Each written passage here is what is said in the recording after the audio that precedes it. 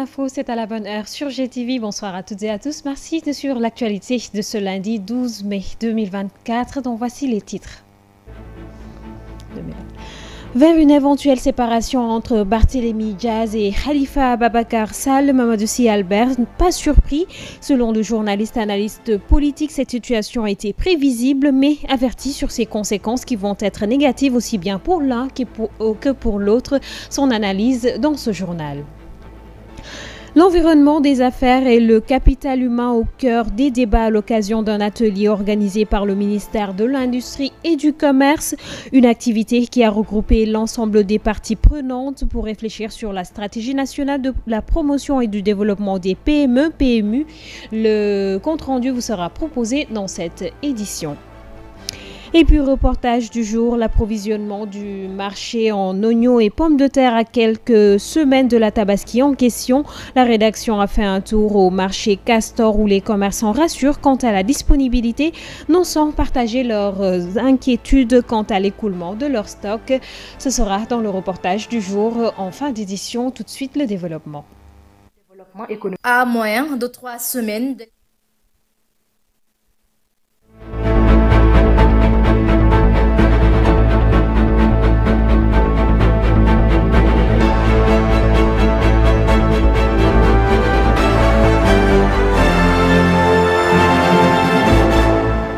Immense plaisir de vous retrouver, fidèles téléspectateurs de la magie de la télé. Le ministère de l'Industrie et du Commerce a organisé un atelier sur la stratégie nationale de la promotion et de développement des PME-PMI.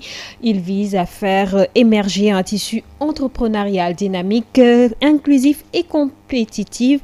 La rencontre a réuni les parties prenantes, publiques, privées, techniques et financières autour de 2 thèmes, à savoir l'environnement des affaires et le capital humain. Le compte-rendu est signé Amsatou Gano et Viondiaï. Nous sommes venus, par rapport à cette stratégie, à lancer le dialogue thématique qui vise un peu à impliquer les acteurs, que ce soit PME, PMI, les structures d'appui et d'encadrement, le secteur public et le secteur privé, dans le cadre déjà du dialogue thématique prévu au niveau de Dakar. Cette question de PME et de PMI, on en parle depuis plus une trentaine d'années, mais on n'arrive toujours pas à avoir une bonne approche opérationnelle qui vise un peu à appuyer les entreprises de manière générale. Donc, raison pour laquelle le gouvernement a déjà établi un secrétaire d'État chargé de ces questions, d'où l'intérêt d'avoir pour une première fois une stratégie propre aux PME et aux PMI. Les PME-PMI sont les moteurs du développement économique du pays. La mise en place d'une stratégie nationale structurée et adaptée représente une opportunité majeure pour renforcer la compétitivité et la résilience.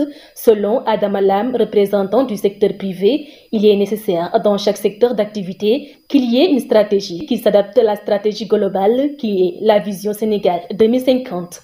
Et nous pensons qu'il est nécessaire que dans chaque secteur d'activité, qu'il y ait effectivement une stratégie propre qui s'adapte à la stratégie globale définie par le gouvernement. C'est pour ça que le secteur privé est là pour participer d'abord à la conception, mais surtout à l'écoute et effectivement dire nos préoccupations en ce qui concerne comment faire pour développer la PME. Pour réussir le défi de cette stratégie nationale de promotion et développement des PME-PMI, le représentant de l'ONUDU au Sénégal, Malick Sy, propose de dupliquer le modèle japonais. Au Japon, ils ont présenté ici un modèle extrêmement intéressant dans un partenariat tripartite, banque, société d'assurance et État. Je crois que c'est un modèle et je suis sûr qu'il y en a plusieurs si on fait un travail de benchmarking qui vont nous permettre d'aller très vite, de ne pas recommencer à zéro. Donc je pense que c'est ça que j'ai proposé. Ces dialogues thématiques permettront certainement de relever les problèmes auxquels font face les PME et PMI et prendre en compte les propositions pour mieux parfaire la stratégie de promotion et développement des petites et moyennes entreprises. À quelques semaines de la fête de la Tabaski, le marché sénégalais est bien approvisionné en oignons et en pommes de terre. Le tour effectué au niveau du marché Castor le confirme, même si les commerçants rencontrés affichent leur inquiétude quant à la rareté de la clientèle. Ils ne sont pas sûrs de pouvoir écouler leur stock. Reportage Aïssa Touba. À moins de 3 semaines de l'Aïd el-Kabir, le marché sénégalais semble bien être approvisionné en oignons et pommes de terre. Ces produits alimentaires, souvent en rupture des stocks en période de fête, cette année sont bien disponibles. L'offre est suffisante et va pouvoir répondre à la demande aussi forte qu'elle puisse être, selon ces vies trouvées au marché Castor. L'oignon et la pomme de terre ne manqueront pas cette année. Il y aura tellement qu'on a peur de ne pas pouvoir les écouler. Tout ce qu'on a stocké peut alimenter le Sénégal en 3 reprises. Parlons plutôt du magal de... Disponible en grande quantité dans le marché, les prix de l'oignon et de la pomme de terre s'annoncent abordables. Mais la vente n'est pas encore fameuse, confie ce jeune commerçant. Nous vendons entre 6 500 et 6 000 francs actuellement. La vente n'est pas fameuse. On y va tout doucement, comme on le dit. S'il y a assez, c'est difficile à vendre. Il revient sur la qualité de la production locale, souvent critiquée, et interpelle le gouvernement pour la conservation. Ça dépend de la qualité et ce n'est pas seulement la production locale. Des fois, on importe de l'oignon ou des pommes de terre qui n'ont pas en bonne qualité. Pour ce qui concerne la conservation, certaines qualités de la production locale sont difficiles à conserver. Nous interpellons le gouvernement pour qu'il nous aide avec de la bonne semence et des chambres froides pour que nous puissions conserver.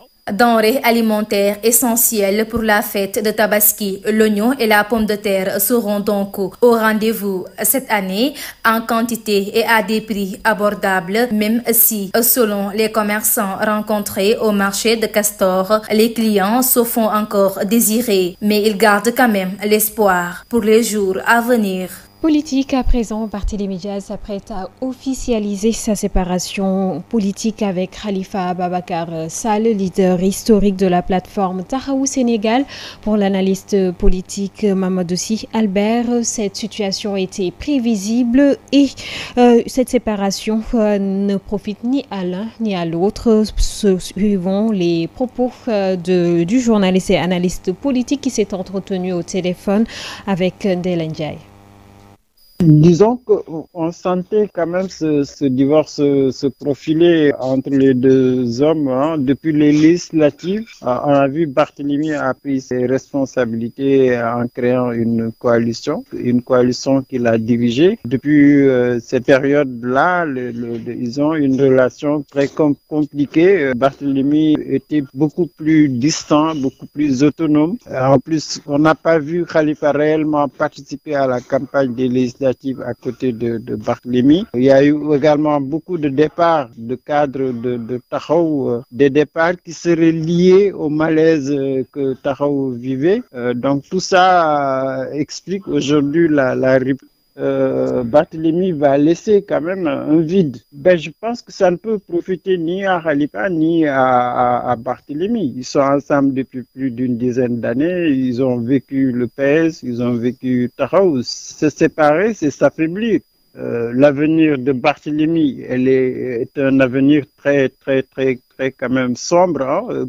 Il a perdu les législatives à Dakar, il a perdu même sa commune et son bureau de vote, il est déchu en tant qu'ancien maire de Dakar. Donc c'est un homme politique affaibli politiquement. Mais il ne faudrait pas qu'il se précipite, que s'il veut vraiment travailler pour la présidentielle, il doit s'y mettre maintenant pour Khalifa. Ça va être difficile aussi qu'il trouve quelqu'un de la hauteur de Barthélémy, quelqu'un qui est connu comme Barthélémy, qui a eu des expériences, qui peut porter Taxawu pour remplacer Barthélémy à Dakar. Ça ne va pas être facile pour Taxawu. Ce lundi 12 mai est célébrée la Journée internationale des infirmières, un événement annuel et mondial en référence au jour d'anniversaire de la naissance de Florence Nightingale.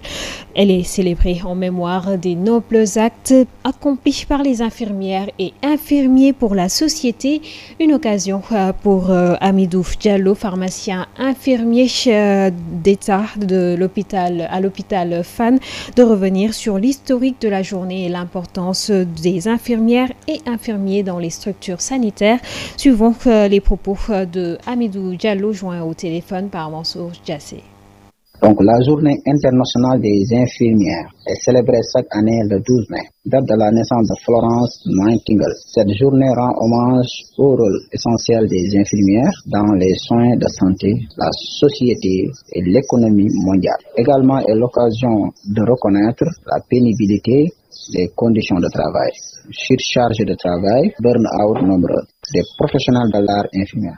Infirmières et obstétricaux sont les acteurs clés de la promotion de la santé et de la prévention des maladies. Ils constituent l'épine dorsale des systèmes de santé, des systèmes de soins de santé dans le monde entier et travaillent en amont pour prévenir les maladies, promouvoir la santé et gérer les soins de santé. Également, identifie les besoins de la personne selon Virginia Anderson sur les 14 besoins fondamentaux, pose un diagnostic infirmier, comme par exemple la collecte des données, analyse et interprétation des données, planification des interventions, exécution et enfin évaluation. Au Sénégal, on pense que seules les femmes deviennent infirmières. Bon, historiquement, certaines qualités comme l'empathie, la compréhension et la patience ont été considérées comme étant naturellement féminines. Ces qualités étant essentiellement dans le domaine des soins, elles ont perpétué l'idée que les femmes sont mieux adaptées à ce type de profession. C'est pour cela qu'il y a plus de femmes que d'hommes. Et puis à l'international, Tidjane Cham annonce renoncer à la présidence du Parti démocratique de Côte d'Ivoire, Rassemblement démocratique africain, à cause, selon ses mots, du harcèlement judiciaire dont il fait l'objet. Annonce faite dans une vidéo postée dans la nuit dernière sur les réseaux sociaux alors qu'un procès est actuellement en cours et dans lequel un militant du PDCI remet en question la légalité de son élection à la tête du parti. Survenu en décembre 2023, son parti organise un bureau politique ce lundi à Abidjan pour notamment désigner officiellement un président par intérim. Dans une autre vidéo postée sur les réseaux sociaux, Ernest Koumo Mobio affirme assurer cette charge. À présent, sport, d'abord une note de brève. Malheureusement, l'équipe nationale du Sénégal des moins de 20 ans ne disputera pas les demi-finales de la Coupe d'Afrique des Nations U20 qui se tient présentement en Égypte. Les Lionceaux ont été éliminés en quart de finale par le Nigeria au tir au but, 3 tirs au but à 1, suite à un match très disputé à l'issue duquel 0 but partout. Le Sénégal donc qui ne participera pas non plus à la Coupe du Monde de la même catégorie. Les Lions du Sénégal, les Lionceaux donc éliminés en quart de finale. Sport au niveau local, privé de Nawetan. Depuis 2 ans, les jeunes de Nguerhor ont organisé une marche pacifique pour interpeller le maire sur l'état de leur stade, toujours dépourvu d'infrastructures de base, ni de gazon synthétique, ni de pelouse. Ils appellent les autorités locales à réagir pour permettre la reprise effective des compétitions au niveau zonal. Reportage Astousso et Ousmane Bitey. À Nguerhor, dans le département de Mbour, le collectif Art sur le stade est monté au créneau. Ces jeunes ont organisé une marche pacifique pour dénoncer l'état de leur terrain de football. Nous avons une indignation de voir que Nguerhor est une commune qui a plus de 26 ASC. Une commune qui a une équipe qui joue au championnat depuis 20 ans, mais une commune qui n'a aucune infrastructure sportive. Et ça, c'est une indignation. Et nous faisons cet appel-là pour dire au maire et tous les partisans du maire que nous voulons un stade avec des gazons synthétiques. On ne peut pas jouer dans ces conditions-là. Partout où vous allez, vous ne verrez jamais qu'on arrête des travaux pour jouer des navettes et ensuite continuer. Nous demandons que le stade soit rendu avec du gazon synthétique, parce que c'est une promesse que le maire avait eu à faire pendant plusieurs années. Il pointe du doigt la mairie de Nguerhor qu'il accuse d'être à l'origine de ce retard. Absence de gazon synthétique, terrain impraticable.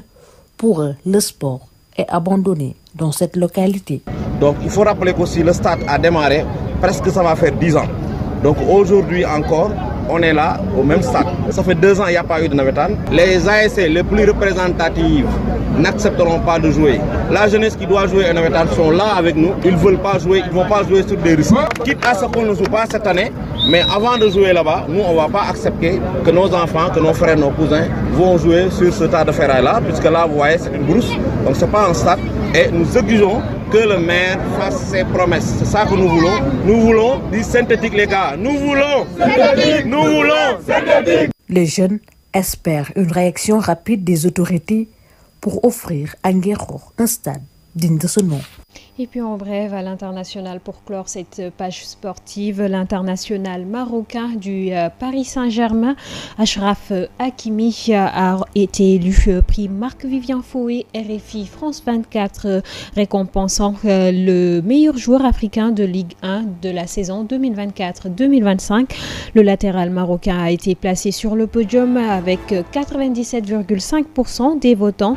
L'Ivoirien Evan Guessant et son dauphin, en récoltant moins de la moitié des points du joueur du PSG.